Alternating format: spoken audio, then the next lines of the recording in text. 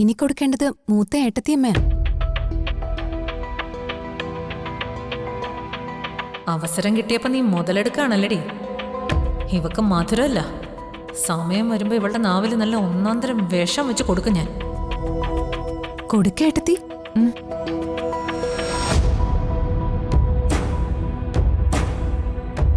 എന്തിനാ മടിക്കുന്നത്? മൂത്ത ഏട്ടത്തി എന്ന് പറഞ്ഞ അമ്മയുടെ സ്ഥാനം. എനിക്കങ്ങനെ ഒരു സ്ഥാനവും വേണ്ട. അതിനൊക്കെ ഇവിടെ ഒരുപാട് ആളുകളുണ്ടല്ലോ. എന്തായാലും പിണങ്ങിയവരൊക്കെ ഒത്തുചേർന്നല്ലോ. എന്നും ഇത് കണ്ടാ മതി. അങ്ങനൊന്നും പറഞ്ഞാ പറ്റില്ല. ഏട്ടത്തി മധുരം കൊടുക്ക്.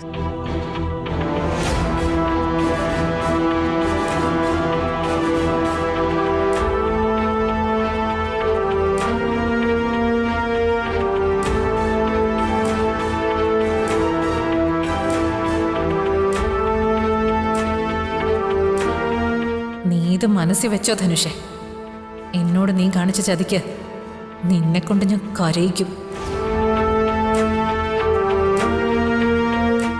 ആ മോളെ, ഇനി നീയാ മധുരം കൊടുക്കേണ്ടത്.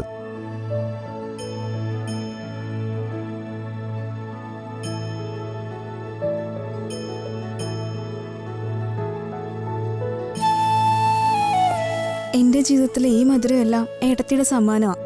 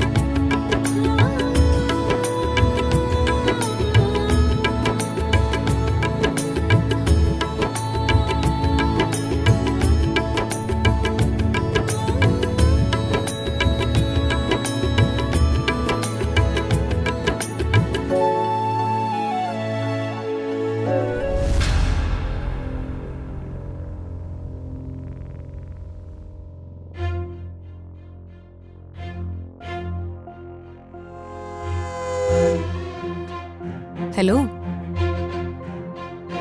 ഇപ്പൊ കണ്ടോ? ഇതാണ് കുടുംബം. ഇനിയെങ്കിലും ഇതിനകത്ത് വിഷം ചേർക്കാൻ ശ്രമിക്കരുത്.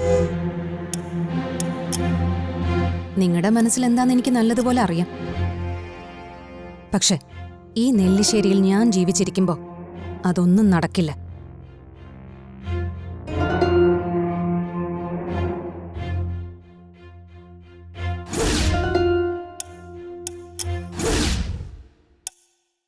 നീ ജീവിച്ചിരിക്കുമ്പോ തന്നെ ഞാൻ വിചാരിക്കുന്നതൊക്കെ നടക്കും.